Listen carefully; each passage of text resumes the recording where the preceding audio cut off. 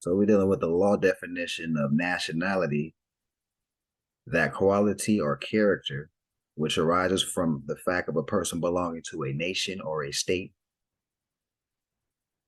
Nationality determines the political status of the individual, especially with reference to allegiance. All right, so I want to highlight that. Of course, this don't stop, but I'm just highlighting some things just to give you a sense of how we're moving as a national organization, dealing with nationality and how it connects to political status.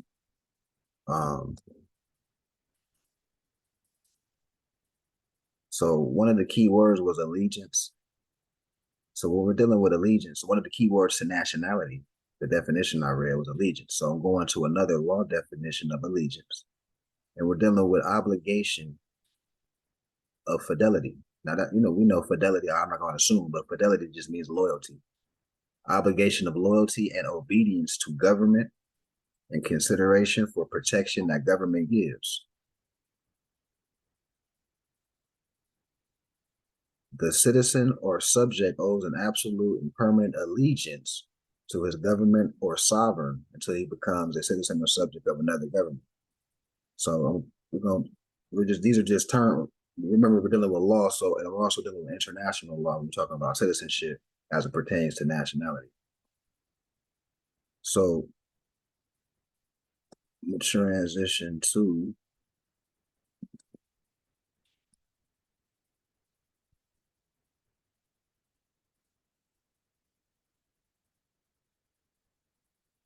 citizen. There we go. So, in the context of citizen, a member of a free jurial society possessing all the rights and privileges which can be enjoyed by a person under its constitution and government. So let's give an example. Let me continue before I give that example. Citizens are members of community inspired to common goal. In associated relations, submit themselves to rules of conduct for the promotion of general welfare and conservation of individual as collective rights, and a case law to support that. A member of a nation or body politic of the sovereign state or political society who owes allegiance. We're back to that word again. So we see allegiance is in citizen and nationality because your nationality determines your citizenship. So, for example, this organization, Khalifa Society, is a non-profit civic organization. Meaning, when I say civics, we're talking about citizenship and what that means with the laws under your feet, which are dealing with the Constitution, different treaties, rights of indigenous people, the Inter-American Declaration on Human Rights, different things like that. When you know your nationality, you honor your ancestors. These things apply to you versus Jim Crow, Negro Acts.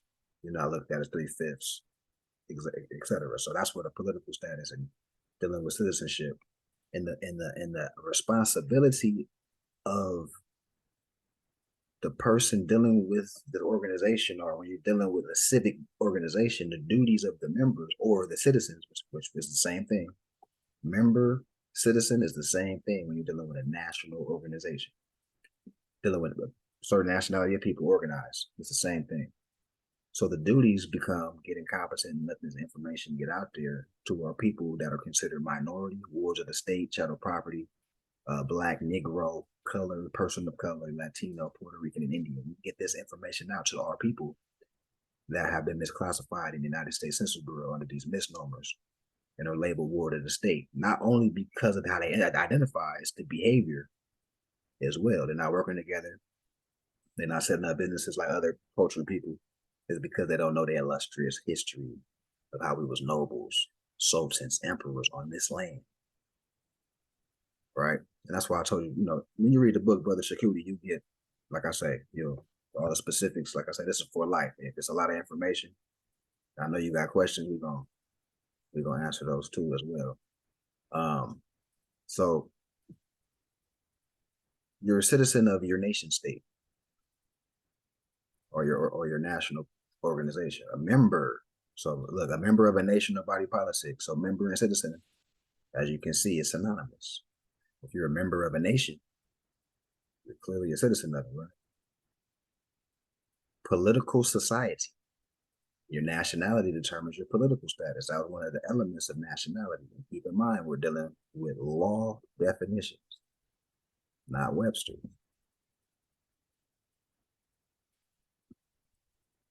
But once again, of course, the brothers that have been here the last couple of weeks,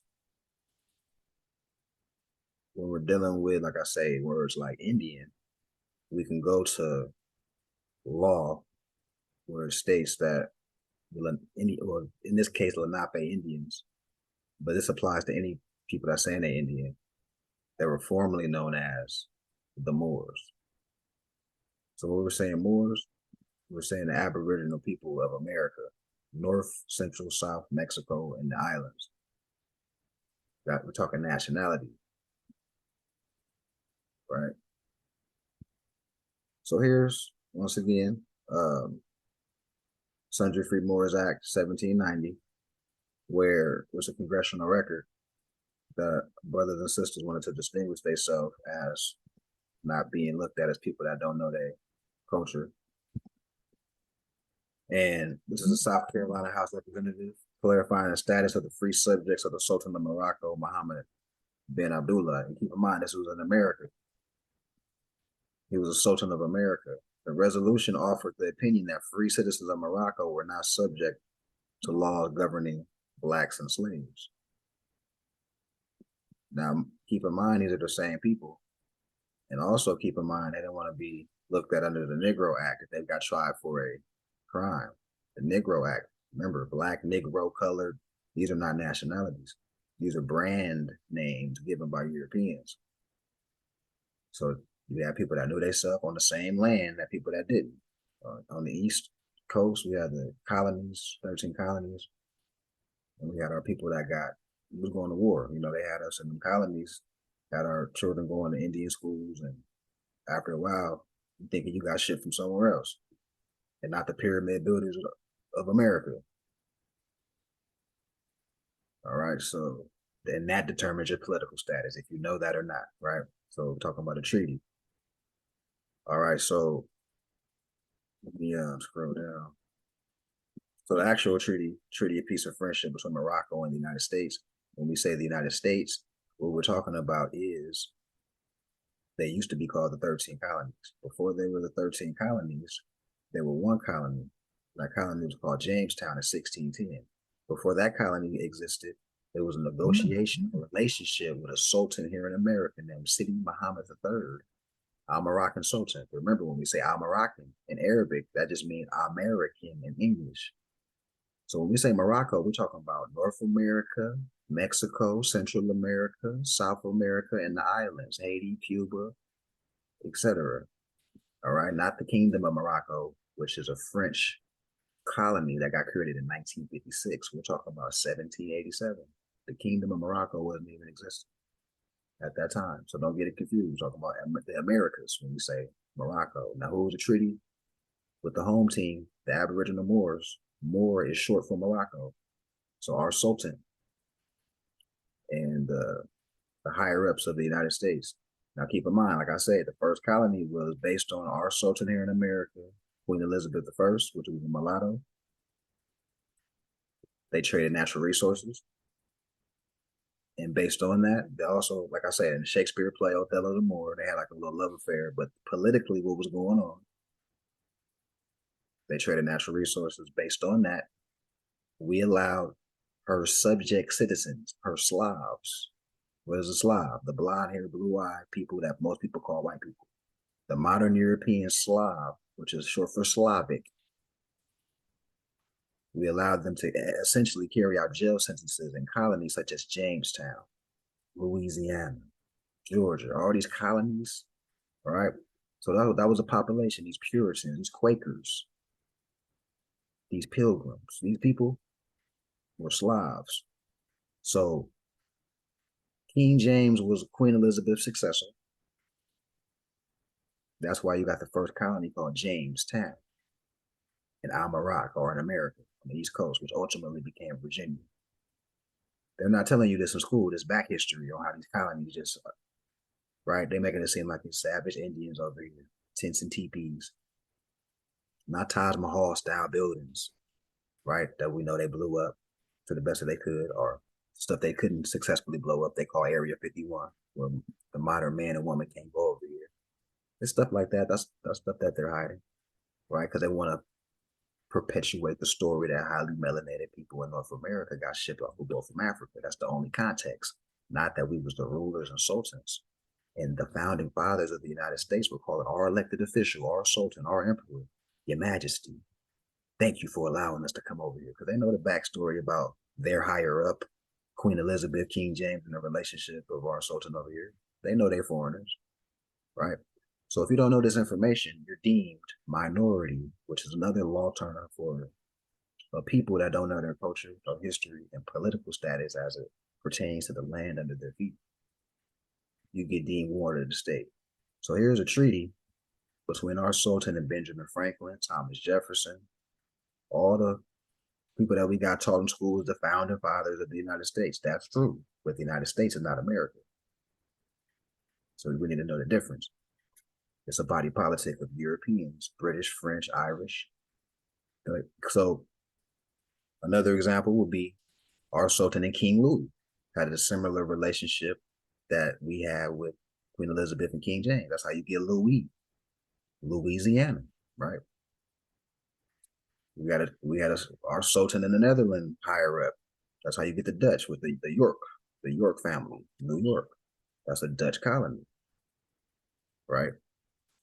So it's just simply law and history go together. And when you're an ambassador for a national organization, we're nationals, not minorities. We have nationalities. We have culture. We work together. We know our illustrious culture, and we work together in present time, setting up businesses, knowing trust law, so you can protect assets that come into the community and the family unit. Because each individual in the community, as we expand, is going to have man, woman, and child. They need to know how to set up a family trust to protect their estate. So a trust law is in effect as a community or a government and as a family. That's where you get the phrase, we the people. You don't qualify to be a party to the Constitution at all if you don't know your nationality and culture. You're going to be subject to Christian black codes. What are the Christian black codes? These are rules and regulations for people that know their code, that don't know their culture. Remember, the Christian black codes for people that identify as black, Negro, color. Let's skim through them. Creates expulsion of Jews from the colonies. Remember these colonies I was talking about? Now, who would the Jews be? The illuminated ones, the Moors that know who they are. So they, on Christian black codes, they're giving directives to their municipal officers. Make sure these Moors don't come in the colony. Why? Because they're going to wake the black, Negro, color people up of what? You know, you didn't get shipped off a boat. You know, you really got political standing here. You know, our ancestors left us an illustrious state. You know, the rights of indigenous people apply to you. You know, we got treaties. You know, George Washington looked up to our elected officials like, oh, Your Majesty. You know, they made that up, right? That's why they said to keep the Jews up out of here. And why they look at the context, why they calling our people Jews? Why they doing that? Highly melanated people with turbans and feathers on over here. The Olmecs, the Mayans. Why are they calling all these Moors the Jews? Because Jew is not a nationality, right? It just means the illuminated people. Because it comes from Tahuti. You talk about our people that, you know, in Kemetic circles. Tahuti, because he knows no J. That's not no Jesus, right? It's Yahshua, right? It's not really no J. The J is new, right? So it's Tahuti, one that knows knowledge. So we was the light bearers. We honored our mothers and fathers, right? We was illuminated. So keep them people away from. Remember, Christian black codes. This is a regulation. Article 1, they pop it off. All right. So what else do they want? Make it imperative on masters to impart religious instructions on their slaves. Now we know nationality wise it's Slav, but in this context, the Moors that got denationalized in the mind, make sure they turn Christian or Roman Catholic, as you'll see. Brother Benjamin Bay, peace and love, brother. Peace, peace. Article 3, permit the exercise of Roman Catholic creed only.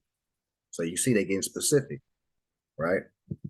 As you can see in Article 5, they talking about Sundays and holy days are to be strictly observed. Observing what? The Catholic or Christian ideology, not your illustrious culture. Keep you away from that. You're a slave off a boat now, and this is your God. This is your salvation.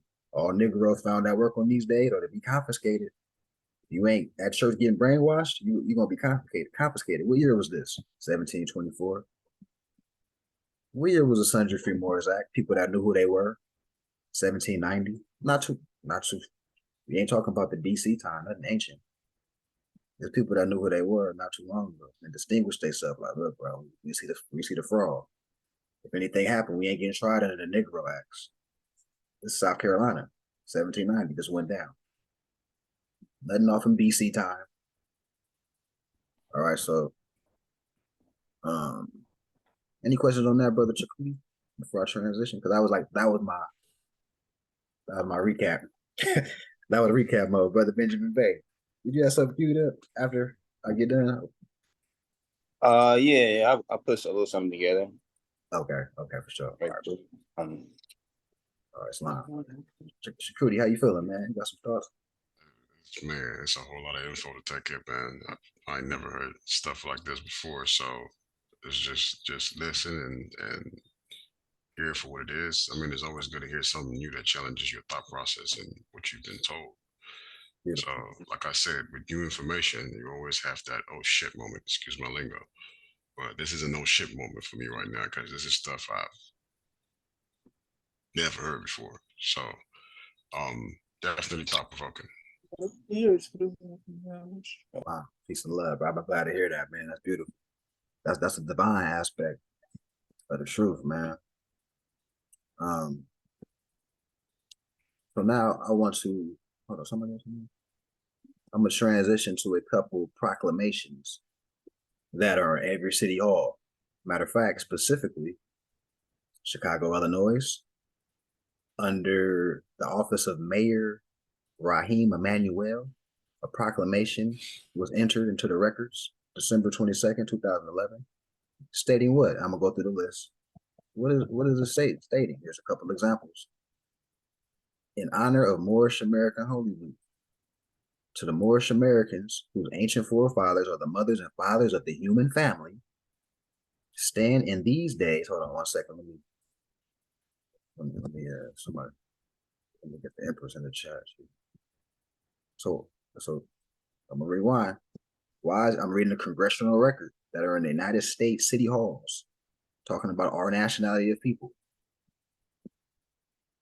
I'm gonna show you why that's important, how we can use this in law to substantiate our political status. How this translates to economics, trust. It's all connected. All we gotta do is show some unity and have some allegiance. The Moorish Americans, whose ancient forefathers are the mothers and fathers of the human family, stand in these days as a commodity, as a comedy of descendants from the ancient Moabites, Hammatites, Canaanites, who were permitted by the old pharaohs of Kemet to traverse from East Africa and later form kingdoms extending from the northwestern and southwestern shores of Africa, the Atlantic Islands, and to the present-day continental Americas. The Moorish Americans are teaching their people their true nationality and divine creed that they may become better citizens. Remember, now we know what citizen is, an active member of an organization, ambassador. We're talking government, your own peers, though. Citizens, and know they are not Negroes, colored folk, black people, nor Afros, because these names were given to slaves by slaveholders in 1779 and lasted until 1865. This is a new era of time, and all nations are seeking peace. The indigenous Moorish peoples of the Americas are now united to link themselves with a family of nations. Act like they got some sense, right? Let's get back to humanity. The Moorish Americans are the aboriginal to the territories of North, Central, and South Americas, have formed a sovereign theocratic government and guided by the commanded principles of love, truth, peace, freedom, and justice through virtue of the universal right to self-determination, as well as the Declaration on the Rights of Indigenous People. We're talking about contract international law things that are in place that we can utilize once we know who and we honor our mothers and fathers, act like we got a nationality. Is all this law applies to us now. Political status changes. So we need to study the rights of indigenous people and see all that stuff that's in there, all the stuff we got coming, the right to our land and resources. Once we organize and show that we can set up a treasury, set up businesses, set up learning institutions, have a couple properties and trust for the benefit of our heirs. Once we get to that level, now we can go to any city hall right now and be like, man, look, we need this. All this stuff that's called unincorporated land, we need that for our farming. We need a farm for our community and stuff like that. Man. That's type of stuff we need. Islam, Tazamajiel, peace and love. But first, we got to get competent and show some sincerity amongst each other. And it's because remember, the pecking order changes when you get this information. What's really important in your life individually changes. You know what I'm saying? That you're really about the upliftment of our people and what makes sense. Not BLM stuff to emotionally pacify you. You're talking about some congressional records, stuff that's in law. Everything we've been talking about is very sound-minded. It's not a church, it's not a club. We're talking about nationality and birthrights and political status. All right. So on January 8th, 1886, Noble Drew Ali, for whoever don't know who Noble Drew Ali is, Prophet Noble Drew Ali was the last person to wake our people up to this information, high numbers. He was in Cuba at the Pan American Conference, letting it know that we were international people that woke up because he had was now known as Chicago, Indiana. He had the whole Midwest on lock where he bankrupted the United States infrastructure. Why? Because he took blind faith, people that have blind faith in things that didn't represent them, and they start centralizing another energy towards stuff that had their own interests at heart. Right? That's what Noble Drew Ali, what he was responsible for. So on January 8th, 1886, Noble Drew Ali was born in the state of North Carolina and became the first patriot of the Moorish American people. In 1912, he was anointed El Hajj Sharif Abdul Ali by the head of Egypt in the holy city of Mecca to return to the United States as the last prophet and founding father of the newly arisen nation of Moorish America. And keep in mind, this is not a new thing. Like 1912, Moorish Americans came. Because the Moors, as we just read a treaty, 1700s, is an ancient, if you look up the Moroccan Empire, it's ancient. You look up the Olmec heads, they got feathers and turbans on them in BC time. So he was the last to remind us, like, wake up of who we are. So don't get it twisted. Like, it's not no church. Like I said, we're not religious like that. We put everything in proper context. We're not praising the man. Like, Noble Drew Ali was the prophet, he was a messenger, and he gave you instructions on how to say it yourself through literary works, holy books, Qurans, for character building, on why it's important to have unity. And you see how that translates politically in law. So it goes hand in hand. Political status. All right. And on January 15, 1865, slavery was abolished in the United States with the congressional ratification of the 13th Amendment. The Moorish Americans, through self-determination, are unfolding as a pure and clean nation. They are who their forefathers were yesterday. So these, what I just read, is in the congressional records at the city hall level of the county and municipal level in Atlanta. Where else? Chicago, North Carolina, same verbiage. Fayetteville, North Carolina, same verbiage at congressional records. It's not a secret that our people were not Black, Negro, color, Hispanic, Latino, Puerto Rican, Indian. The Moors. Wait, what is one at? Oh, Maryland. This one, Maryland? No, Washington, Tacoma, Washington. Same lingo. Congressional records. You can go to the city hall, get a certified copy of this. Where this one at? Baltimore.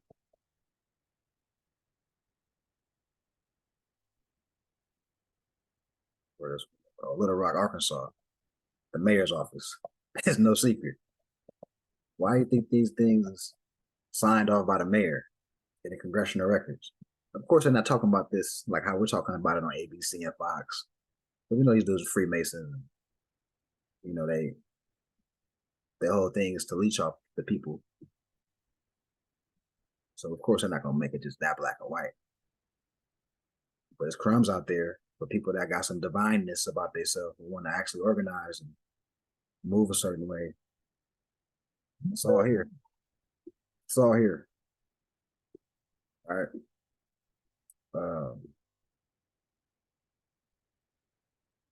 Any questions before I keep transitioning with the piece for today? Not at the moment right now, bro. Okay. Or anybody at all.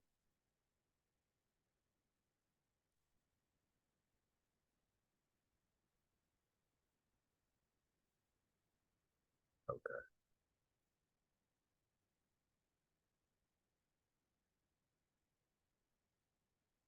So dealing with trust law.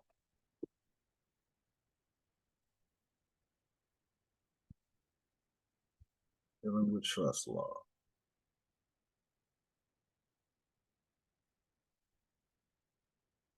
A trust is an established agreement that includes specific obligations to be performed by a trustor who is lawfully vested with certain rights and charged with the performance under oath or affirmation to manage the affairs, properties of another, which are established in the creation of the trust, to which the trustor is charged with maintaining the trust for the benefit of one or more beneficiaries.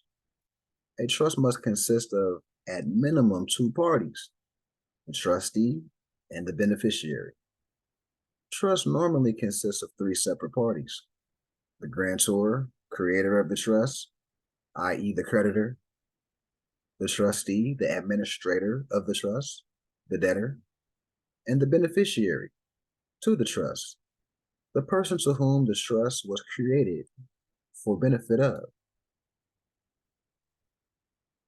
The grantor of the trust may also be the beneficiary, but the beneficiary cannot also be the administrator, so the beneficiary cannot be the trustee. In the laws that govern delegation of authority, a trustee cannot exceed the rights or have a higher authority of the owner or the grantor or the executor of the trust, the creator of the trust. The trustee must stay within the original rights expressed in the delegation of authority, which clearly describes which powers can be exercised by the trustee. The trustee can only operate within the limitations of its power. Now, before I go on, and I'm opening it while I'm finding this, I'm opening the floor for questions. If anybody got any questions about this so far.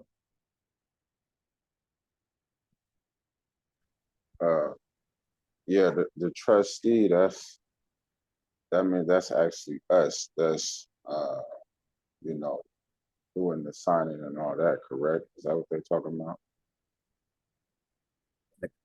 Okay, so in the context of,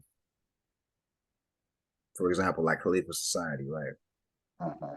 Or any government that has elected officials, they would be the trustees. So like the secretaries, the treasurer, Got you. and the member would be the beneficiary or the general. Any all people involved would be the beneficiaries. Now in a small family unit, typically the man, there's no rules to this, but let's give an example. The man will create the trust. The empress would be the administrator or the trustee. The beneficiary would be the son or the daughter, in a simple trust like that, right? Gotcha. In both examples, it's a contract. And in that contract, your sovereign power is being expressed in writing on how you want stuff to go down, where this bread that's been accumulated in this trust fund gonna go to, who gonna qualify, how the beneficiary. I mean, you can't be as specific as saying if the beneficiary don't do this, he don't qualify for this. It's all about how you want your estate to carry on. Because remember, it's going to carry on for years and years. We're talking about irrevocable. That means your heirs, heirs, heirs, heirs. Because all that's going to happen is your heir is going to get into the trustee seat, and his son or daughter going to become the beneficiary. That's because that's what you said. How you want it? You got that specific in your trust indenture, i.e., your bylaws of your estate. That's how you wanted your will to be asserted as the Bay and the L. Whoever doesn't know what that is, that's just a noble title signifying the lawgiver and law enforcer. So that's a contract. Now, contract clause in the Constitution. I'm showing you how this ties to the Constitution and how it becomes private where the municipal courts have no jurisdiction over this. It's already decided. So when you convey property into these institutions, whether it be the community, temple, organization, or your simple family unit, you want to be competent on how to draft these documents up. Studying trust law, contract law, right? Now we're talking about status, right? Because if you don't know this, your status is minority. The minorities don't know this. They don't know this. They focuses on what? NBA, NFL. Recording in progress. Right? They want to be in a foreigner system and be a star. They don't want to work with their people. So they're not worried about this stuff. The minorities and wars of the state, they're not worried about nation building. Trust law, passing stuff down to their heirs. Real generational wealth. It just sound good when they, got the BLM. It sound good. We need generational wealth. We need a Black Wall Street. Nobody know law. None of the Black leaders are telling our people about this. The Boule, the Prince Hall Masons, that know this information that I'm telling you, but they sent by the foreigner to not tell you this. The Real Remedy, they're not talking like this. They're not even talking like this in the university schools on law. But you can take law in college. They're not going to touch law like this. They're going to keep you boxed in with penal codes, statutes, and ordinances. So what does contract law say in Article 1, Section 10, Clause 5 of the Constitution? What does it say? What's the highlights? They shall not make no law impairing the obligation of contracts or grant any title of the nobility. So the United States, which we know used to be the 13 colonies, the Constitution is for them to keep them in check while they're in America. That's the context of the Constitution.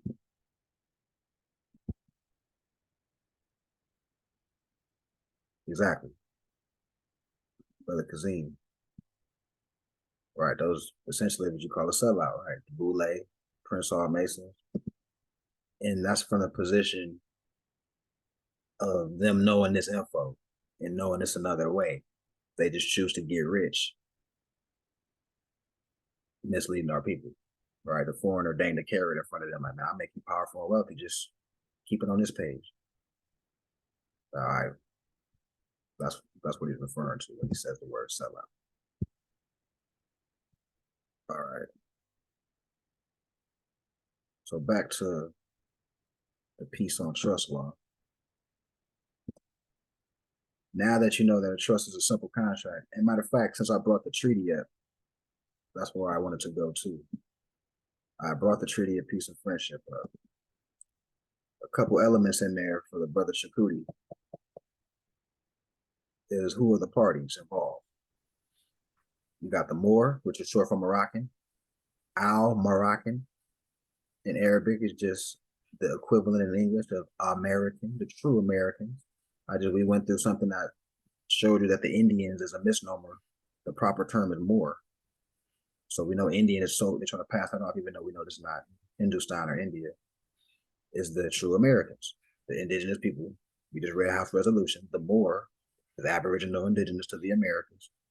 All right, so the treaty between Morocco and the United States, we have two parties, the Moor or the Moroccan citizens and the United States citizens, right? Anytime we're talking about the Moor or our Sultan, His Majesty. Keep that in mind. So why am I bringing that up? And whoever hasn't read that treaty in its entirety, please do. Now let's go to in law. It's a treaty. What is a treaty in law? Back to the law dictionary. What is a treaty? An agreement, league, or contract. So this is something else that is protected. The treaties. Right? Because as we know, especially everybody that read the book, Article 6 of the Constitution. We just read Article 1, Section 10, that talks about how contracts is, that's private. All the elements of contract law, is all on point. Ain't no fraud going on. Everybody was a competent parties involved. The municipalities can't touch that. All right.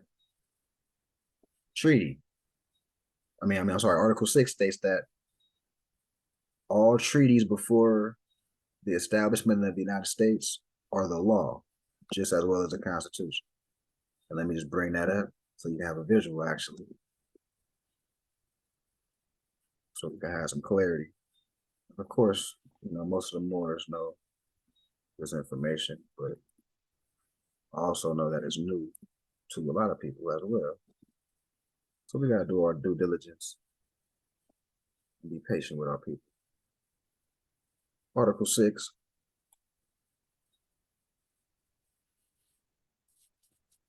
This Constitution and the laws of the United States, which shall be made in pursuance thereof, and all treaties made, or which shall be made under the authority of the United States, shall be the supreme law of the land. So all we got to do is read our treaty, and it's right. So any disputes between any Moors or U.S. citizens or Aboriginal people of the land and U.S. citizens, that would be the document. The United States for the Constitution for the United States, rules and regulations for the United States on how to conduct themselves in America. So I'm just sharing context on how we're looking at these things. So now I go to treaty and law. An agreement, league, or contract between two or more nations or sovereigns. So you're not a nation unless you know your nationality. I'm building this up to this. Oh, yes, you do need to know your culture and declare your nationality, but it don't stop there. It show action. And there's no nation unless it's organization. Right? So knowing the illustrious culture, but you need to tie that into what that means in law.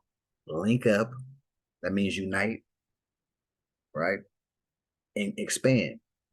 All members or citizens of the organization are deemed to know this information because we're ambassadors now, right? You get sovereignty through nationality and organization and manifesting over years and years. I mean, it's fruit, it's expansion. We're growing. And everybody that's not part of that can see that. Oh, that's a sovereign state. We're not sovereign citizens. And you're not just, you don't got jurisdiction. We're not never talking like that. That's absurd. We got sense. We're intellectual. We don't get emotionally triggered by madness like that and talk like that. Nothing to be cocky about. We just want to demonstrate and show our people this is where it's at. You know what I mean?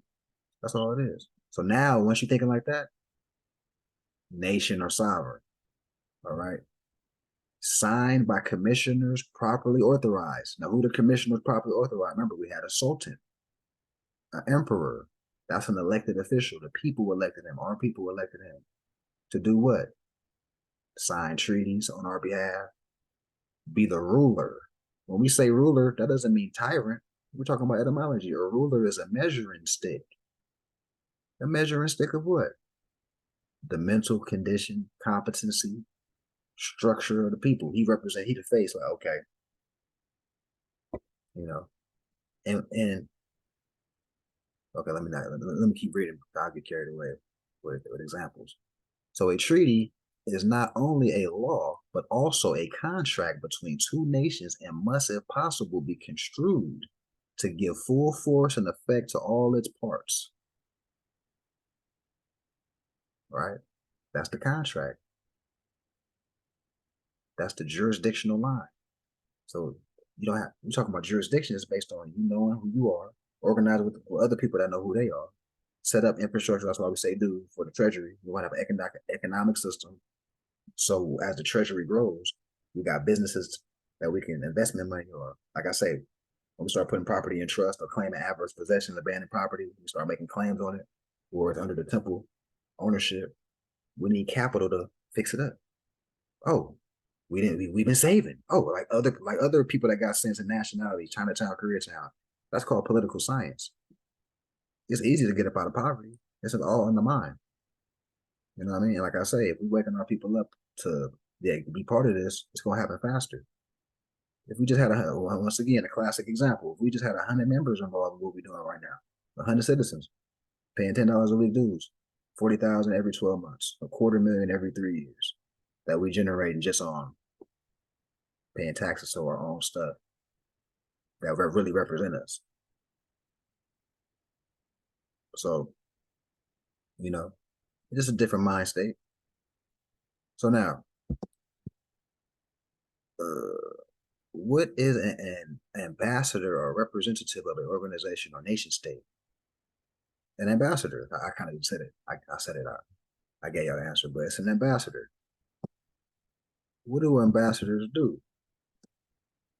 They negotiate with other nations for what? Expansion, like natural resources, right? Because remember, it's all about the uplifting of the people. So diplomacy. Let's look at with diplomacy and law. Negotiation or intercourse between nations. So nations don't negotiate with just nations like that. It's elected officials. It's human beings doing the negotiating, right? People part of organized government, and they were elected. So they basically essentially the trustees. Trustees are negotiating with other trustees of other nations. That's another way to look at it, right? And these people are called diplomats. Diplomacy. So diplomacy, negotiation or intercourse between nations through their representatives. The rules, customs, and privileges of representatives at foreign courts. These are law definitions. Who's a diplomat agent? In international law. So we're dealing with diplomats and ambassadors. We're talking about international law now. You're not classified as a minority. Your status is different, right? International law applies here now. You representing your ancestors, the divineness. It's a different level of the game now. A general name for all classes of persons charged with the negotiation, transaction, or superintendence of the diplomatic business of one nation at the court of another. So it's a person competent in the organization. Like, look, bro, it hasn't been a treaty violation, has it? You know, what's the problem here? You have an issue with one of our citizens? We're talking about because it's a court right here. So if it happened to be in court, one of our citizens in court, you know, a consul, as it's called, not a bar member, a person in the organization, or it should be all members in the organization need to know law. And that's what we're going over. It's called civics. We need to know this in the back of our, like the back of our hand, you know, for these reasons. Okay, so that's a diplomat. All right. So, any questions so far?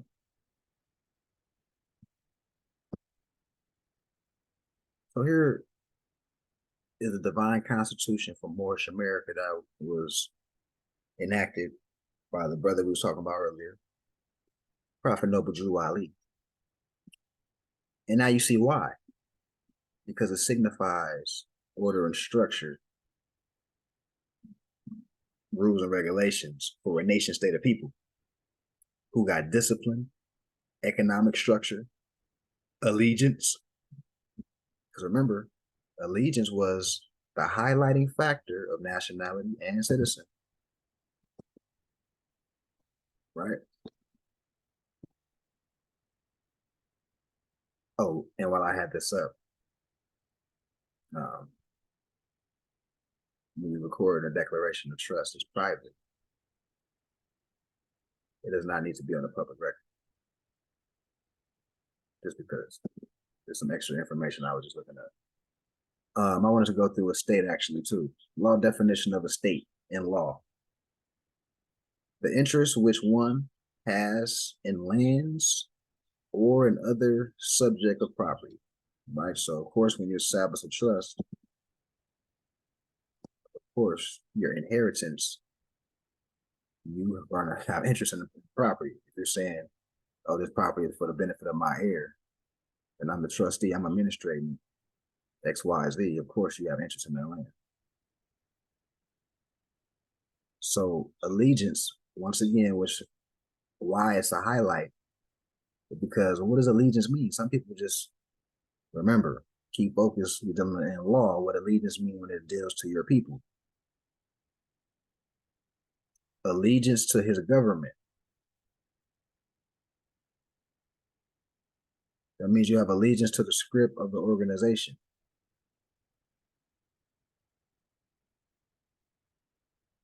A citizen, which we know is an active member. So keep these in mind. If you're a citizen, that means you got allegiance. That means you're active, not passive, as the brother Noble Jew Ali would say. Active, not passive. Right. Act 1. The Grand Sheiks and the chairman of Moorish America are empowered to make law and enforce laws with the assistance of the Prophet and the grand body of Moorish America.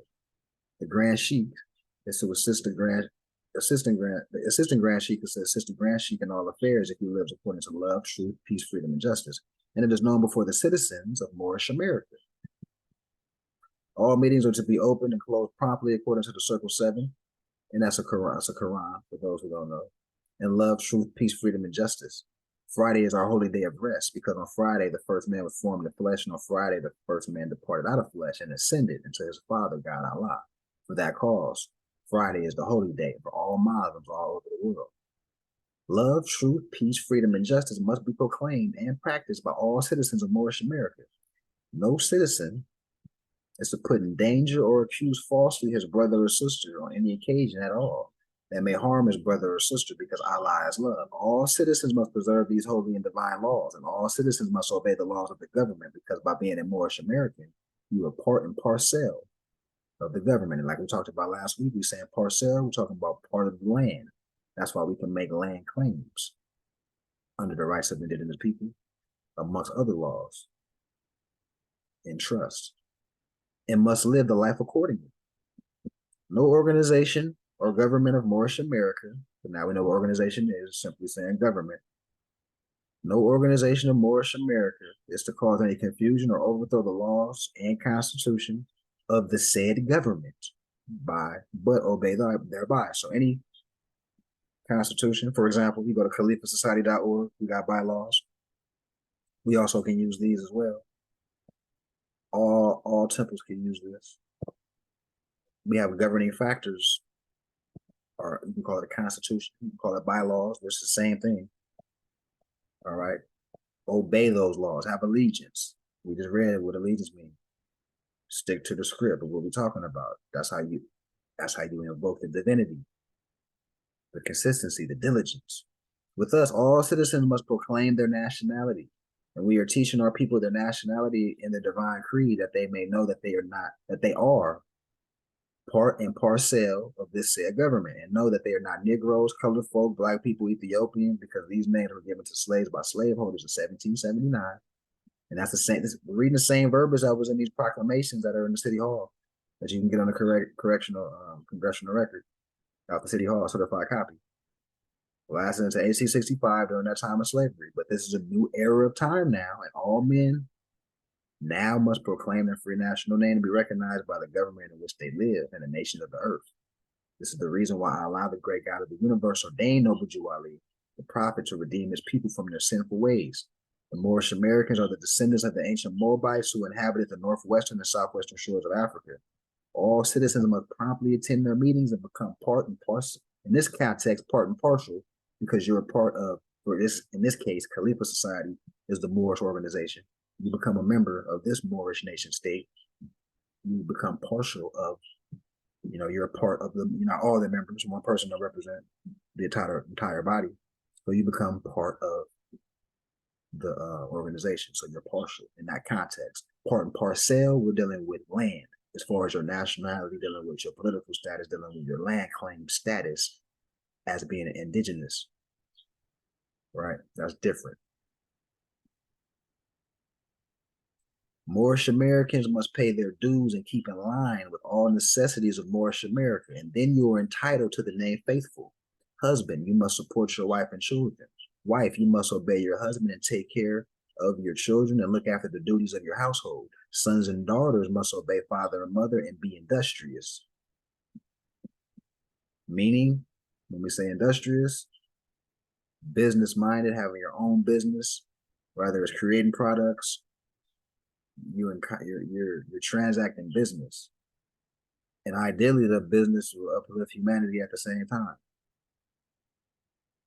and become a part of the uplifting of fallen humanity. How do you do that? Just like most of these brothers met me, they met me at a pop-up being industrious, but also, oh, what's the book about? Now we're going into nationality, political status, birthrights. I got the national flag as the table cover. Conversational piece as an ambassador of an organization, talking to the common man and woman, i.e., our brothers and sisters. That's how you uplift fallen humanity, one human being at a time. Don't look at it like, oh man, it's over. Our people stiff necked. They don't want to. Nah, it's because I met y'all. Just off 2 or 3 months of doing the table, right? And of course, there's other Moors in here that I got a relationship with as well. But all Moorish Americans must keep their hearts and minds pure with love and their bodies clean with water. This divine covenant is from your holy prophet, Noble Jew Ali, for the guidance of his father, God Allah. So I'm reading that for, a lot of different reasons, structure purposes. We're talking about allegiance, organization.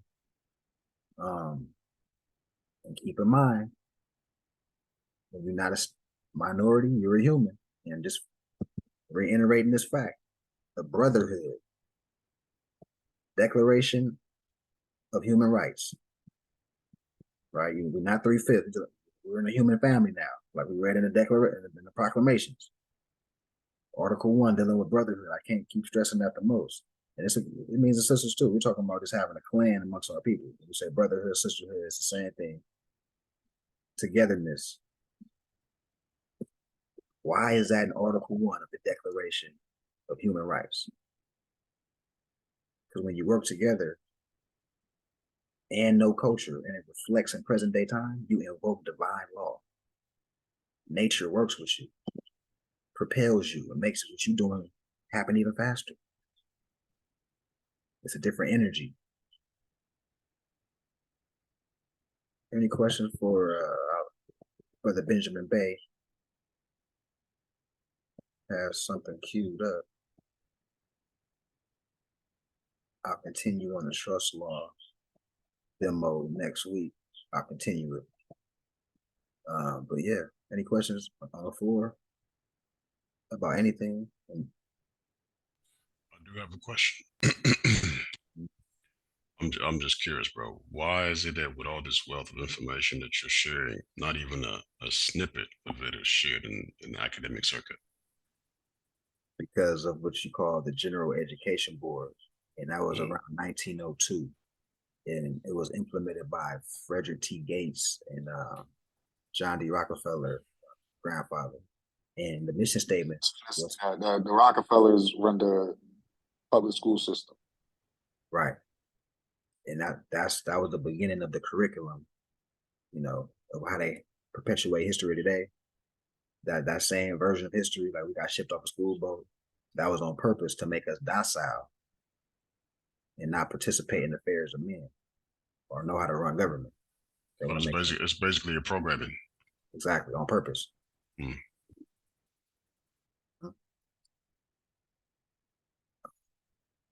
Any other questions, statements? And remember, we got the opportunity to do great work. I met most of these brothers in person in the flesh at the gym. We healthy around here. So we can. Mashallah, I see that a lot. Yep. Like the Empress put in the chat, read General Education Board philosophy. They wanted workers, not thinkers. They go so far as saying we do not want them to be musicians, doctors. We want them to essentially be workers. That's our mission. And it worked. 100 years later, you see what the the education system, they call public school, K through 12, the curriculum been the same. And a matter of fact, all people that get naturalized under the 14th Amendment fraudulently to become U.S. citizens, they take what you call the DAR manual test. And the DAR, stand for Daughters of American Revolution, which is the woman Freemason Lodge organization. And when they take this test, they're taught about how we're shit from Africa, the whole nine, everything, all real quick though, to qualify on being a U.S. citizen or whatnot. So even on that level, it lets you know that's the trick. Stay away from this. Don't promote this. Push NAACP. Push BLM. Have the Jesse Jacksons and the Al Sharptons front line and emotionally stir up these people that don't know who they are. Like they got some change for them, like they got some remedy or something. The agents amongst us, the boule, the sellout. But hey, this ain't the 60s, bro. Like you got the people woke now. This is a prime. We're ready to get cracking now. Our own people wasn't our own people way at this point. So we just gotta just do it, make it happen. Brother Benjamin Bay, man. Got you ready? You queued up over there, man. Sorry if I went too long, man. I apologize, man. Oh no, I was all ready. I got it all queued up. Yeah, man. I gotta give you access to share the screen. Yo. Wait, how do I do that again?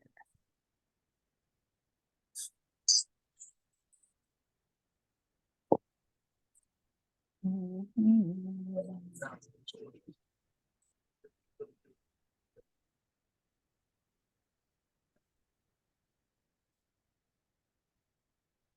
think that's in the request.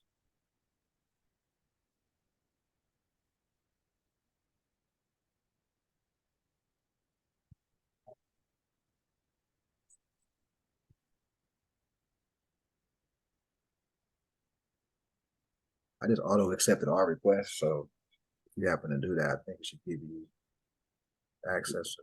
So only the host can share in this meeting.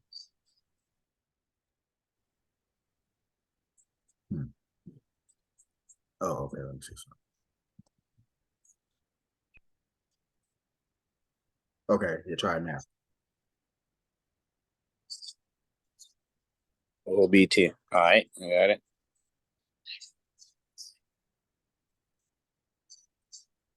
Two next to mine. Okay, there we go. BT. Can y'all see the screen or my screen? I was saying. Yeah, I can see what you're. Yeah, I see it. Yeah, Yeah. I'll say it. It's clear. All right, it's on. All right, there we go. Well, goes. Are you a Shriner? No, I'm not a bookcase or box. And what inspired this is it's a good question that I personally get a lot when I'm out and about in my Morris garb, my fez. Are you a Shriner? I'm sure whoever else is here who has some type of Morris garb get asked some type of question. And so it looks like our brother Mafia went over some Shriner things as well. Looked like around like 1870-ish when all that stuff was getting switched over. But here we go. Shriner. It's now 1882, a member of the Order of the Nobles of the Mystic Shrine, established in 1872. It was around 1870, coup and all the things of that nature. All right, here. So this first page right here is out of the book Moors and Masonry from Abdullah Mosley Bey, and that's the Moroccan star right there, symbol of a symbol of Sirius the Dog Star. Ancient Arabic Order of the Noble of the Mystic Shrine is basically what they as in the modern Europeans called their group, practicing our science and practicing our ancient ways. The ancient Arabic Order of the Noble of the Mystic Shrines organizational structure of the Imperial Divan is presented below. The Imperial Potentate is the highest ranking officer within the shrine, and that position or seat is symbolic in honor of the Imperial Majesty of the Imperial Majesty of the Empire of Morocco. Other secret society orders use the title Sovereign Grand Commander, Royal Monarch, or illustrious as derivatives of the Moroccan sovereign title, His Imperial Majesty and Imperial Morocco. I'm sure if anybody ever read that letter that I'll say George Washington wrote to Muhammad Abdul, messing that up for sure. But those names were used. You know, your imperial, you know, your magnanimous friend. You know, just great names for us Moors. All right, still a lot of Moors and Masonry right here. The shrine is derived from the Latin word scriminum, meaning box or bookcase. So at the earlier part of the presentation right here, I asked the question, are you a shriner? No, I'm not a box or a bookcase, or a bookcase or a box. Most people don't know that the word shrine means bookcase or box. So etymologically, what they're saying is like, hey, are you a book or bookcase? You'd be like, no, I'm a human being. I'm not a bookcase. You know, so there we go.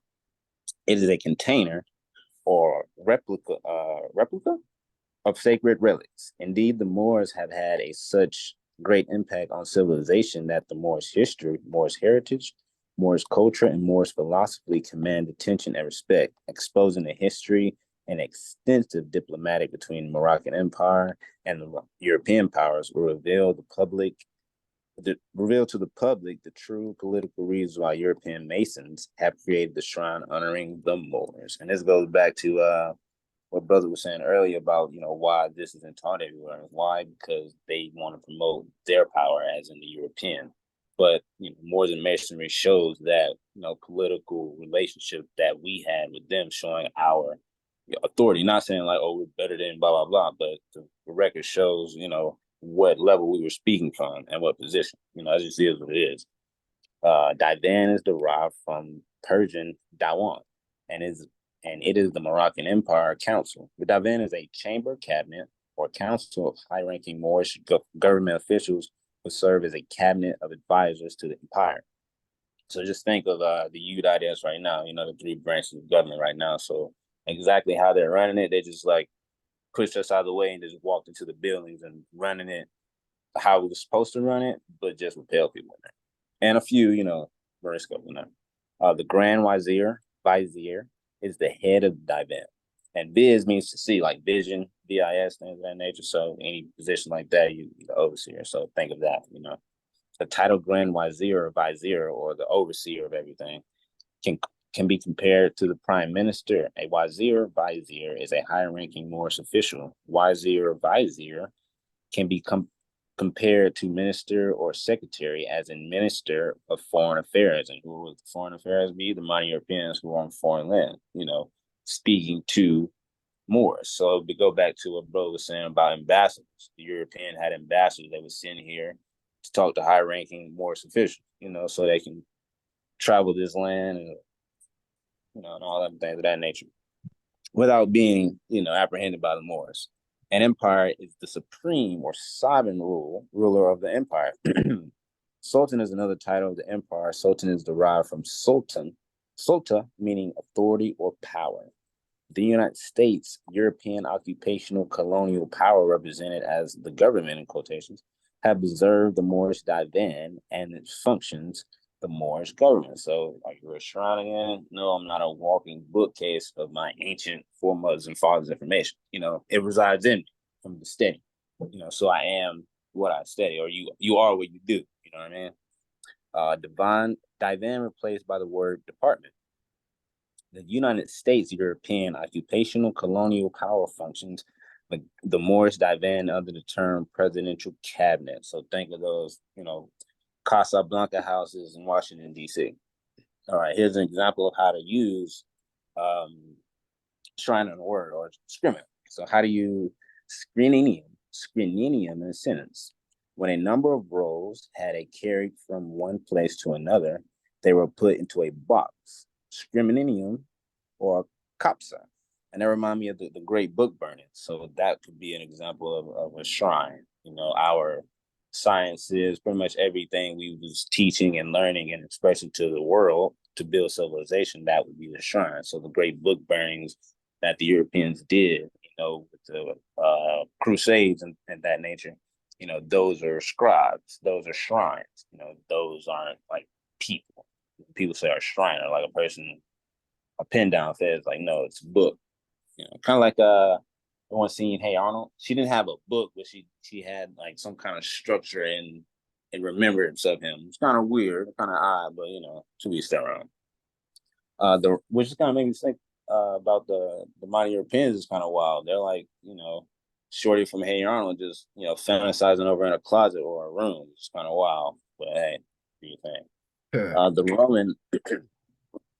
The Roman screeninium or bookcase, a very costly cabinet, shows us how these rolls were preserved. Once again, Abdullah told us earlier how they were preserving our ancient science. It was basically anatomy of mother and how nature corresponds with her. And the children or thoughts that are manifested that comes out of her. That more is playing as well.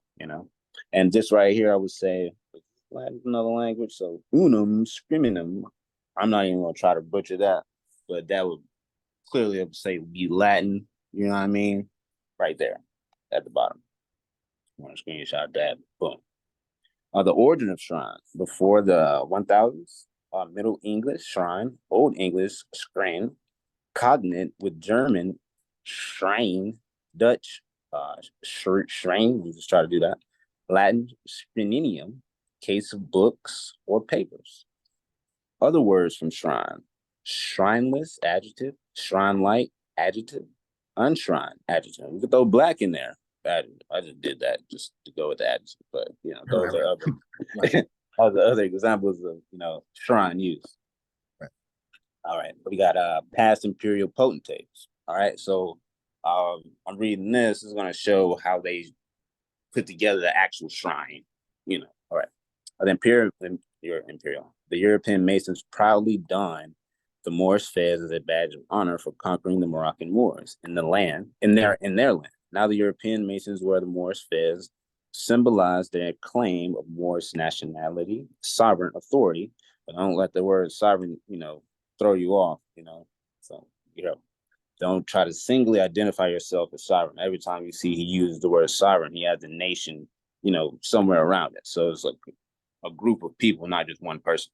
So a group of people will make a type of authority. Now, individually have authority, but as a collective, you have a bigger, stronger authority. Like bro was saying, you get 100 Moors every Sunday, for $10, it's 40 G's or something like that, and you keep compounding and compounding and compounding. That's sovereignty. All right, here's a picture of it. So here's a shrine or a bookcase. Right here would be a case of pictures, but once again, it's a piece of paper. So this is a physical example of what a shrine look like. So like someone's like, "Hey, are you a shrine?" And you'd be like in your head, "I don't look like a wall with pictures of Mighty Europeans on it." With all due respect, not trying to hate on the brothers, but I'm a walking, living thing, not some book to grab off the wall. So this is a physical picture of what a shrine looks like, or shriners. The shriners would be clearly the Europeans that are shrining the information on the head, so we'll call that the fez. So the book that they're actually shrining would be the fez, because you got the fez on. I mean, something about something. So they got theirs pinned down with like the something we got, we're gonna hold it down. But we're not here to do that. All right, so this is the on paper right here, the ancient Arabic order of nobles and Mishra shrine organizational structure of the Imperial Divan presented below. So all these words right here would be these people right here. So your Imperial Potentate got Brody at the top, and then from here you can't see my pen going from go to the left with my buddy with the mustache right here and look like glasses then on to the right. You know what I mean? So that'd be the duty Imperial Potentate. Yeah, deputy. Appreciate it, bro. Deputy Imperial Potentate right here to the left. You know what I mean? So we're gonna stroll along here. I know there's a couple of names. We got the chief, Rabbon, the assistant Rabbon, high priest, and prophet, Oriental guide, treasury, recorder. These is basically like a school. Any type of building with people in it that are in important positions. You got a principal, the census principal. You got a security guard. You got the lunchroom people. You got the nurse, the actual secretary. You know what I mean? All these things. It's all the same, just different labels. You know what I mean?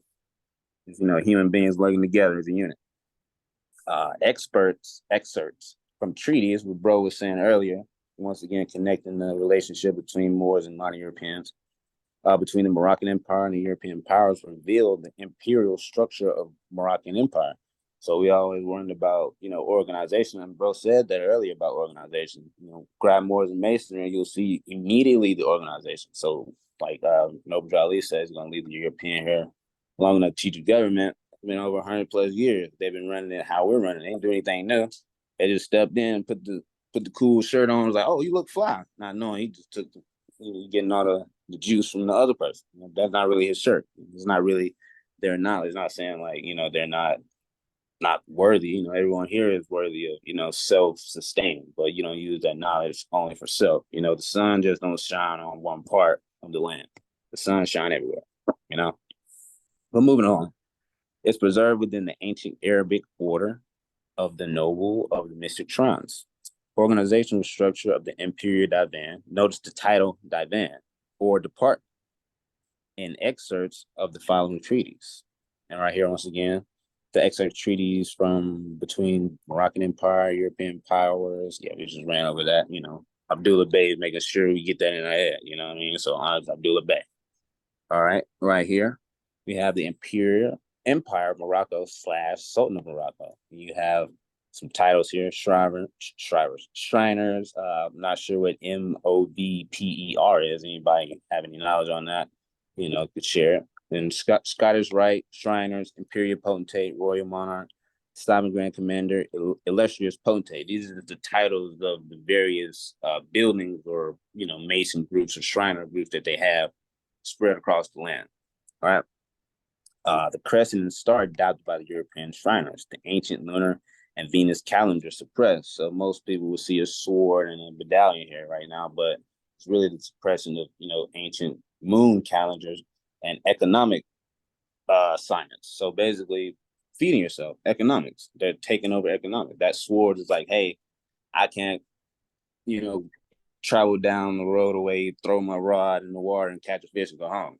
They're probably going to try to throw some statues, codes at me and all this BS, and that's a symbol of this. You know what I mean?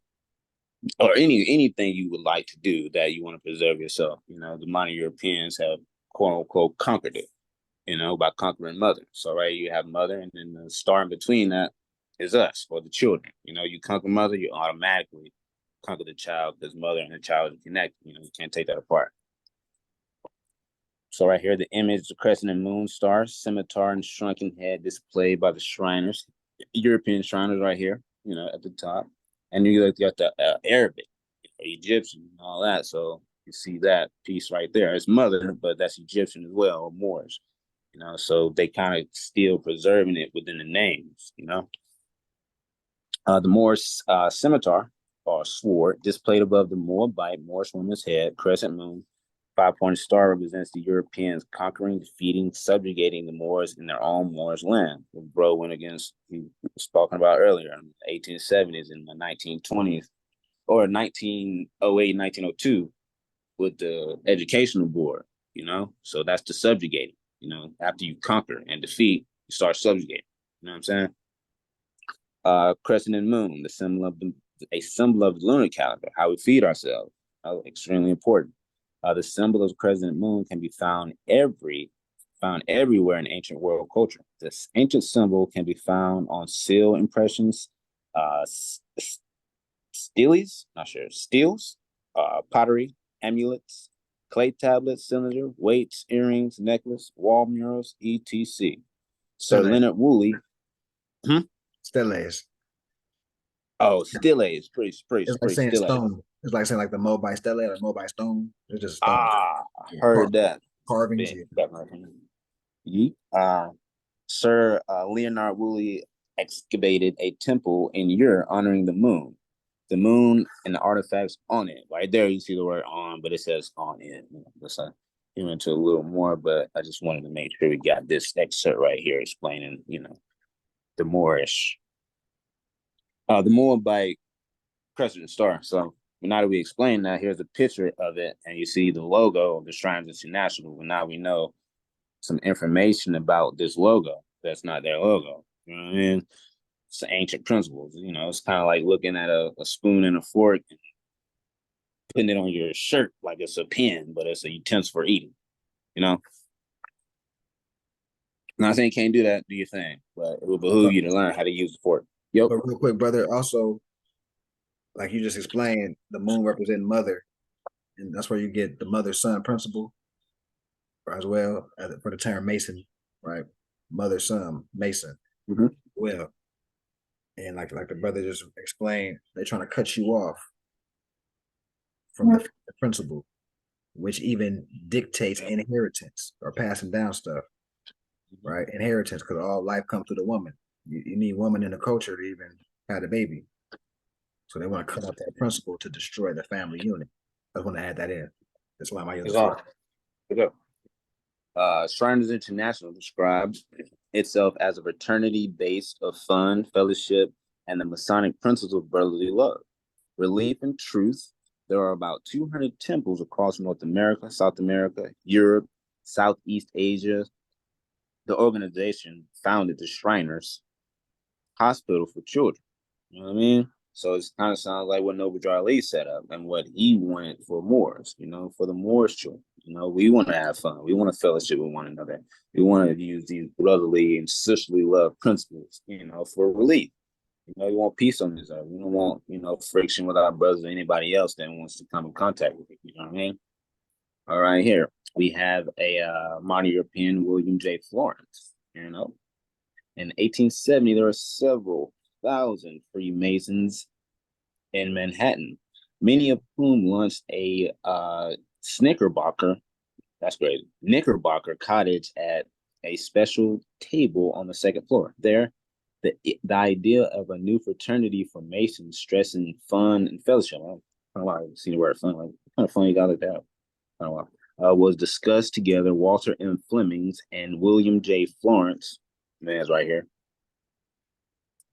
establish a separate fellowship to fulfill those ideals, work behind the scenes. All right, so right here, we get into C.M. Bay's literature. You're gonna go back to Mother, you know what I mean? And right here, I had Freemasons with the eyes around, you know, for a reason, so we can go into. Brother, I set my number in the chat. I would like for you to send me those notes, please, if you can. Oh, Islam. Shukran. Islam to that, brother. All right. Temple or the body created by mother. So it's like temple created by mother. It's like what kind of temple? So, you know, women out here just building houses, which they can do, but, you know, be logical here, you know, and be metaphysical. So the temple is created by mother. The body created by mother from conception to birth in the course of 9 months without the use of hammers and nails. So that explains she wasn't out there, you know, all that. These human body, thus the human body is the temple of good, of mother's grand perfection, referred to as the mystery of God. So God is the derivative of good. The Union of 1863 tradition of white, connotatively speaking, and colored Masons is a universal, disgraceful violation of the supreme law of Masonry. Or I would like to say the supreme law of mother. You know, it's all descended law of her. You know, so it's a constant, perpetual, you know, violation of mother across the board. Right here. So go back up here where I had Freemason with the eyes around, you know, to go back to, you know, the original term of Mason. You know, the term Mason derived from womb, man, son, meaning woman and son.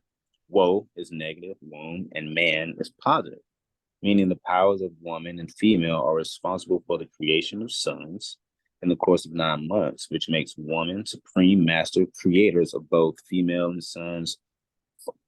Females and sons from unformed matter planted by another son of a female. And I'm gonna stop there, and it goes back to the crescent star that the scimitar is above the control. So they want to control this negative and positive, you know, nature.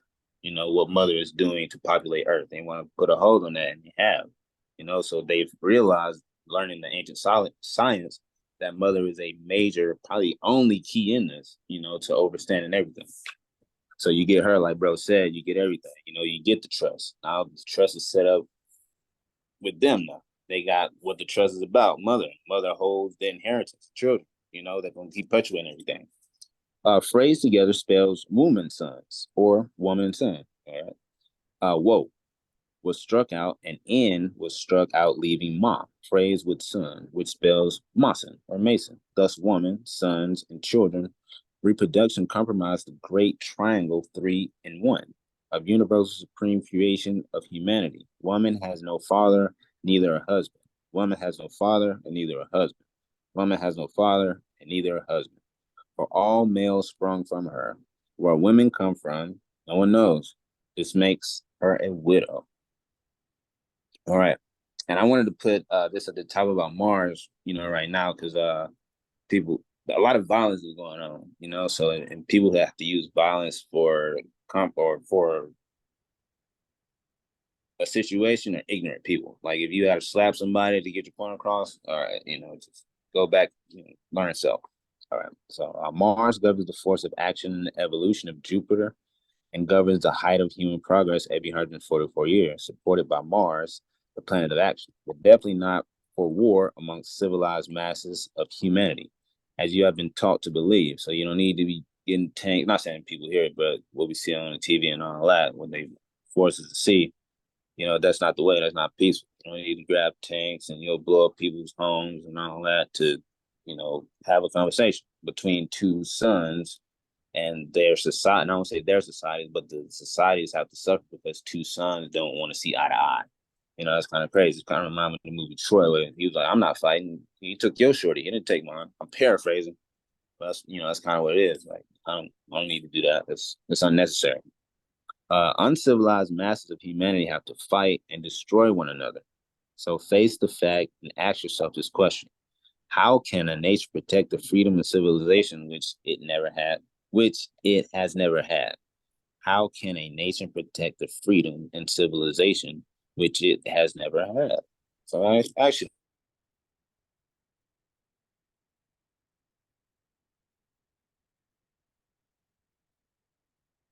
I think you might have muted yourself, man.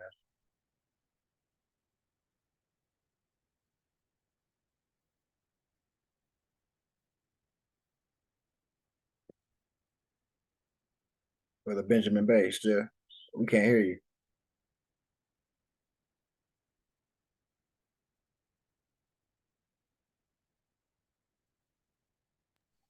I don't know. Maybe his phone died. Hmm. Yeah. Anybody have any questions while he's going? He's getting back. Got some technical Yeah, difficulties. that's very much interesting. As far as the Shriners go, they basically stole a whole culture and made it into a secret society. And I definitely wanted him to expound on that more because I heard about the Shriners and things of that nature. And I'm like, why do they wear the fez like Muslims do? And I actually started trying to dig deeper and deeper into it. And he actually has the information that I'm seeking about them. So I'm hoping he could come back or at least, send me some notes. Oh yeah. The book he reading from is called Moors and Masonry. So you might want to pick that up as Is well. that from one of the brothers? Yeah, you can put it on Google. Yeah, Moors and Masonry. yeah, you should be able to just type that in, and you should be about Okay. directed to his website, the brother Abdullah Bay. Okay. Yeah, I'm gonna definitely grab that. It has a lot of answers in there. Mhm. Yeah, that's a good one, man. But essentially, as you can see, the Shriners and the Freemasonic groups, they still got titles that we created. Grand Treasurer, Wazir.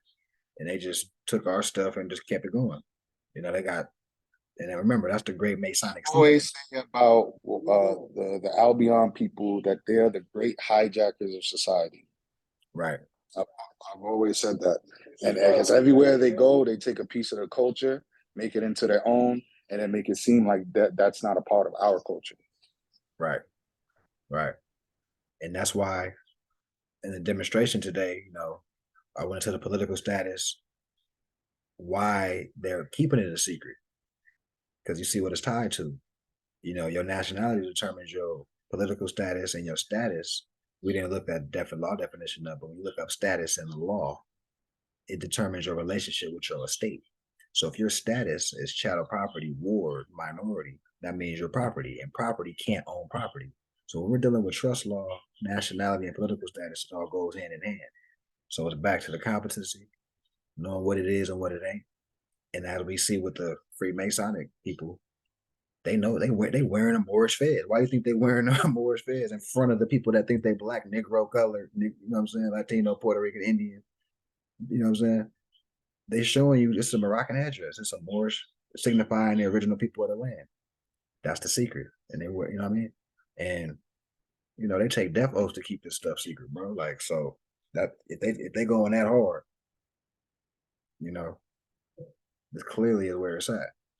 Yeah, that's the sad part. Like you take a death oath to hide the truth about the people that you basically conquered and enslaved, so they will never be able to achieve freedom again in their life. Now remember back to Christian black codes. Keep the Moors away from the colonies, i.e., keep the Jews away from the colonies. Keep the illuminated people that honor their mothers and fathers, got structured businesses. And that just goes to show part of so. That goes to show because every time somebody reveals something true, like i.e. Kanye West, Kyrie Irving, you know, they bug break them or, you know, try to get them out the game. So I understand that this is all true and this is all a part of the great design of the Albion people to keep us oppressed. Right, man. But yeah, any questions? The brother had technical difficulty. As his phone definitely died now because it dropped. But any miscellaneous questions before we close out? All right, so real quick, the brother Kush Day, I follow him a lot. He definitely does a lot of lives and stuff like that. He mentioned that something about a good Illuminati and a bad Illuminati, and I guess he's trying to say basically more or less that an Illuminati that the people, the Albion people are upon is an Illuminati of Satan, and the real Illuminati is the Moors because we enlighten the world. You know what I'm saying? The golden age was from the Moors. So that's something I wanted to ask about. Like, do you know anything about what the brother is speaking upon and expounding upon? Yeah. So he's going from the etymology perspective of what illuminate stems from. Illuminate, to have light. And when you go to the metaphysical Bible dictionary, you're talking about the truth, the light bearers, people that are in the business of spreading the light. That's what the torch symbolizes. I know they use it in the Olympics and all that, but that's just metaphysical meaning that one has the light. That's what the noble is. So you have Masonic organizations that call themselves the Illuminati. That's the context he's speaking of. But we are the original illuminators of the nobles, high priests of the world. That's why when I read the House Resolution, it talks about we uplift the humanity. We taught humanity, which means any human being on this planet, they learn from original man, i.e. the Moor, right? About what? Culture, how to run government, how to bathe, how to navigate the sea, all sciences, liberal arts, right? So we're the original illuminators, distinguished from a Masonic lodge called the Illuminati. And it's crazy because I've always tried to like understand what that word is and say, how could you be somebody illuminated or Illuminati, but you are upon darkness, or you want to keep people in darkness? So that's like I guess a contradiction in the name and how to use it, and it's used in a negative light today. So you say Illuminati today, or somebody say, "Oh, I'm Illuminati," or you know, you're a part of that dark organization. So it's like we can't even reclaim some of the names that we were once upon because it's been demonized by the Albion. Yeah, but we never use that type of context like the Illuminati. We never talk like that. Like we are illuminated people, but we never walked around and said we're the Illuminati. Right. I know that. I'm just saying, as far as somebody that would expound upon it, like how you just did. Anytime you use the word, it's kind of in a negative context. Right. What I'm really. Yeah. Anything. Yeah. Yeah, that's true, but they're gonna flip it. They're gonna, But as you can see, they still keep they preserve elements of truth in it in the midst of them trying to prevent. Like I say, if they're gonna wear a fez, that means they still honoring what is ancient, but they just know it themselves and they don't want the masses to know it. So they're saying, "Oh, we know the light, we know the truth," right? So they're like preservers in an indirect way of keeping signs and symbols alive. Because once you get the truth, watch, you're gonna start looking at cartoons, like watch, look at Indiana Jones, you're gonna see him with the fez, you're gonna see Everyone Hates Chris, he had a fez on, you're gonna see the Seeing Flintstones. so many different weird images, like even Meek Mill had a fez on. Some people just have like fezzes on. I'm just like, what is this? Like, are they Muslim? I don't know. No, well, these people on that type of level is bootleg. Like I said, Prince Hall Mason, they hooked up with they the front line. Alpha Sigma Phi. Yeah. That's their I guess their fraternity. Harvard, Yale, Princeton. Mm-hmm. I did a little research on them. Yeah.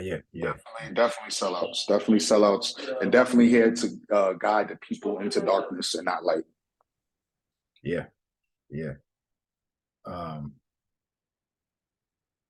I actually wanted to close out with chapter 5, circle 7, Holy Quran.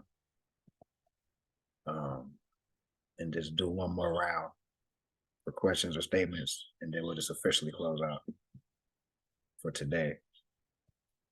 So this is chapter 5, dealing with after the feast, the homeward journey, the missing Yahshua or Jesus, the search for him. His parents find him in the temple. He goes with them to Nazareth. Symbolic meaning of the carpenter's tool. So these are all the bullet points that we will be highlighted as I'm reading this. So the great feast of the Pasch was ended, and the Nazarenes were journeying towards the homes. And they were in Samaria, and Mary said, "Where is my son? No one has seen the boy." And Joseph sought among their kindred who were on their way to Galilee, but they had seen him not. Then Joseph, Mary, and the son of Zebedee returned and sought through all Jerusalem, but they could not find him. And Mary asked the guards, had they seen Yahshua or Jesus, a little boy about 12 years old? The guards replied, yes, he is in the temple now, disputing with the doctors of the law.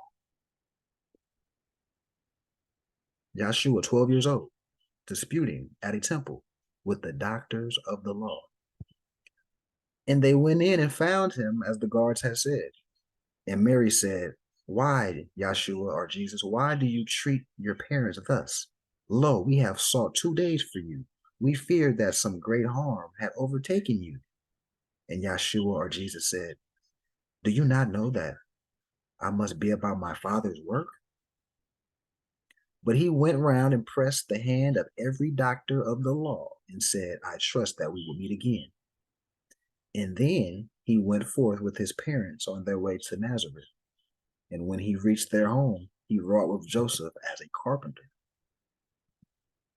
One day, he was bringing forth the tools for work. He said, these tools remind me of the ones we handle in the workshop of the mind. So we're talking about carpenter's tools.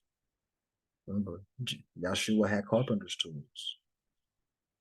These tools remind me of the ones we handle in the workshop of the mind, where things were made of thought and we build up character. We use the square to measure all our lines, to straighten out the crooked places of the way and make the corners of our conduct square. We use the compass to draw circles around our passions and desires, to keep them in the bounds of righteousness. We use the axe to cut away the knotty, useless, and ungainly parts and make the character symmetrical or even. We use the hammer to drive home the truth and pound it in until it is a part of every part.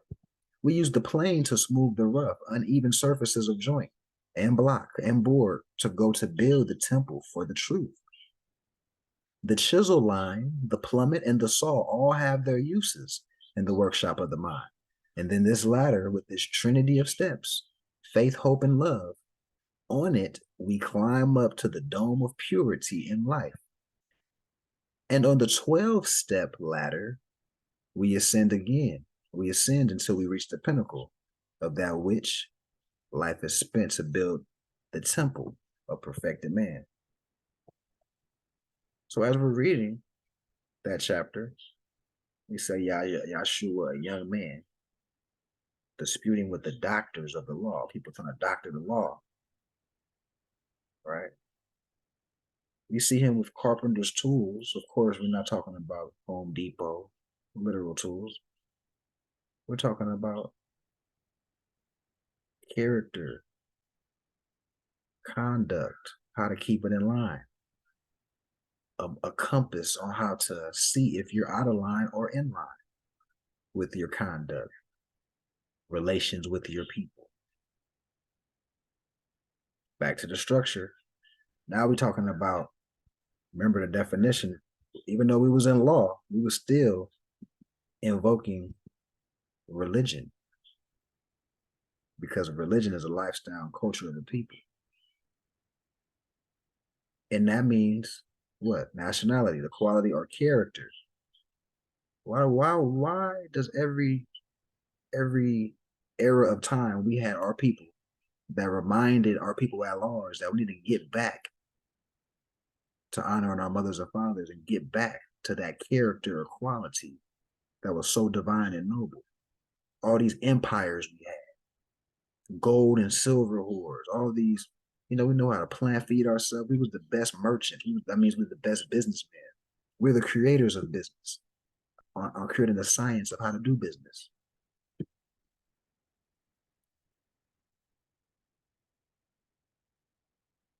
So the holy books are designed to have that character in the midst of us operating politically. It goes hand in hand. Religion and civics go hand in hand. Any questions on this chapter or in general? This was chapter 5 of the Holy Quran, Divinely Prepared by Noble Jew Ali. And So where did this information come from as far as this is a story about Jesus, or Yeshua. Yeshua 12 verses, So verses 33 in the most contemporary Bibles that most people, read. He's 33 in that one. oh, okay. So they just had the wrong age for him in the Bible, is what you're saying. Because here it says he was what, 12? He was 12. And in the Bible he was 33? Yeah, like the King James and most contemporary Bibles. So that shows you that's a different stage of his life that they put. I could agree. I actually could agree with this. I could agree with this because a lot of Jesus's young years wasn't narrated in the Bible. So, and the Quran could concur that he spoke from infancy. So, definitely could agree with this. And keep in mind, because there's a lot of new people, a couple of new brothers that may be, or not new brothers, but new to the information. Here's a document from Noble Jew Ali, and this is reiteration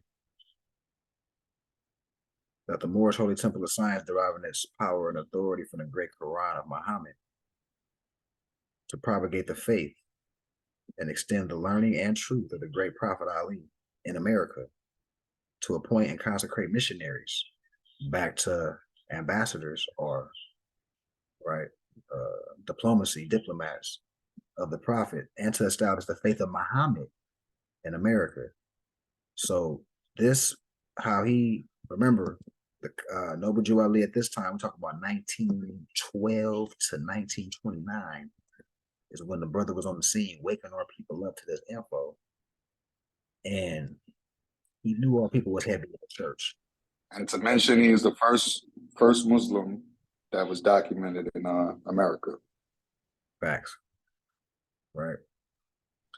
So, another question. I don't think it has anything to do with this, but was Noble Drew Ali a Mason as well?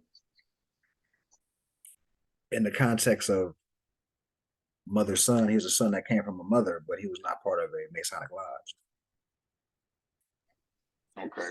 So was it CMB?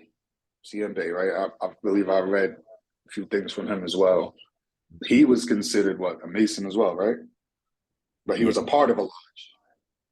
Well, in his title, when he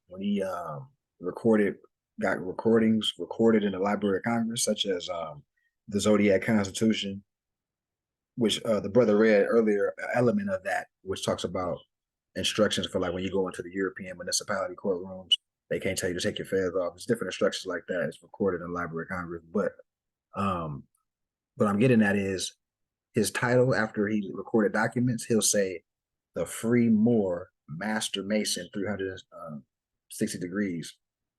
I mean, no, 365 degrees, etc. Master Mason. In that context, he's just saying, like, back to the illuminated thing. He knows all knowledge as it pertains to dealing with the sciences, the arts, liberal arts, political science, civics, astrology, cosmology. He's a master at that. He's at a level, it's like So yeah, pretty much a scholar. We would consider a scholar. a scholar. Or yeah, alim, somebody with knowledge of yeah. Yeah. All right, that makes sense. Makes sense. And they loosely call those people Jews anciently. And that's why I go back to the Christian Black You Code. said they call them what? Jews. Jews? Jews. Jew. You said they call them Jews, what? The learned people? Yeah, the illuminated people. The people that know. Oh, yeah? That's why That stuff gets more and more interesting.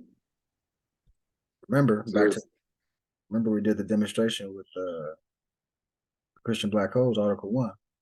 They don't want the Jews in the colony. They don't want the Moors in the colony, right? Was you there when I did that? I'm not sure. I think last week I got a little distracted. I was doing too much. That was my fault. Hold on.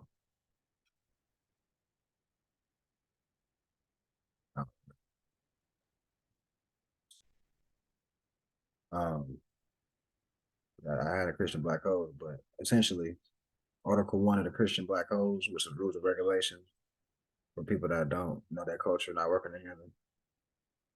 Article 1 said expel the Jews from the colonies, which essentially is the Moors, the people that know who they are. They don't want them. They don't want them around. They peers that are asleep. So that's bad for business for the colony. So that's why I said that like that. The Jews, the one that knows knowledge. And it also goes back to Tahuti. That's what I said earlier too, as far as most people that's into Kemetic science that know Tahuti being the representative of light, the one that knows knowledge. So that's where the word, literally the word Jew, remember, there's no J. That's why we say Yahshua, Yah. It's Yahudi. It's not really Jew in that. That just means the one that knows. Yeah, I know that. You know what I mean? So it's Yahudi. the light bearer, one that knows knowledge, the noble. You know, so and when you put that into connection with So, like back to a second. So is Jew like just a code name, or that's the original name that they use for somebody that's enlightened? that's in a way a code name because it's really like you say Tahuti. And more importantly, why it's a code because they're passing it off now as a nationality of people. The pale, the pale Albion, they're passing it off. The Ashkenazis. Yeah, as if that's what that is. As if it's a nationality of people. So, once again, this all goes back to the competence of knowing what's really going on while we having this earth carnal experience, and the divine beings are supposed to work together and build something great. That's how great empires were built. It was just human beings working together, and it grew. And based on it growing, it had to get more organized. Different people had positions. The funds got bigger, big treasury. So now we can hire our people to be security for our schools. Like I say, we got treasury so we can, if we find a fixer upper or something that's abandoned, we can fix it up, claim it, put it in our trust as a community, and that's our ancestral estate now. Now we're dealing with, competent in law and how your nationality intertwines with that. That's what this is about, man. And staying firm, being competent to tell somebody else to come on and be part of this. It's the only salvation for our people, especially if we're talking about generational wealth. It's the only way to do it. There's no other way to do it. Other than that, it just sounds cute. Oh, we need generational wealth. Right here, it's a practical, measurable, scientific approach on how we can do this. It's just back to the allegiance. Staying fast, because nothing's overnight. But we can be like, okay, if we do this, we on pace to do this. If there's allegiance, because I mean, it's going to be a solid group of people. Like I say, paying dues, waking people up, they bringing them to the organization. Everything compounds, right? So, yeah, right. And we're getting right, and we want to have demonstrations where we meet up together in the flesh. Remember the brotherhood aspect. We want to have, we don't want to be. It's always on business. I call it on business what we're doing, but we want to have that brotherhood. It's really a clan, like Yeah, inshallah, one day we could have like a family reunion on here in the flesh, like you said. Yeah. And then the brothers I met that's physically out here, like we can just physically meet, go to a park, just hang out. Well, I'm closer to you right now. I'm in Vegas. Yeah, Vegas, okay. Yeah, I'm in Vegas right now. Yeah, the brother Benjamin Bay, he back. I'm pretty sure you want to just let everybody know his phone died or something. Dang, how long was I away? My bad, dang, yo, how long was I away? Yo, that's crazy. Oh man, it was like 30 minutes, 20 minutes. Damn. Excuse my man, that's crazy. You were talking the whole time? Yeah. Oh no. I went and got my book, right? Yeah. That's crazy. I don't know if you can see this because the last part, Yeah. presentation, I was like, oh, y'all can't read that. On page 26, these lessons are part of the secrets by Freemasons within the confines of his walls. And yeah, but goodness, that's crazy. I went to go out and I was like, wait, what the, Well, you could pick it up. which part did I stopped on? Dang, what the fuck is that's crazy. We probably should like continue with next week. What I'm gonna do, I'm gonna upload it on YouTube and I'm gonna send it to you, and then you can kind of see where you stopped. Damn. Cause I was like, wait, hold on, guys, where's my book? I too. My headphone probably died. Mm-hmm. Yep. Damn. No, I don't have my headphones in. That's the crazy part. It's like on the speaker. Like I got bro right now. He in the corner, and I'm in the notes right here, and I don't know when he disappeared because I'm reading it exactly on my phones. Yeah. First it kind of froze, and then you just dropped out. Dang, I was going crazy. That's wild. That's crazy. Yeah, man. It happened.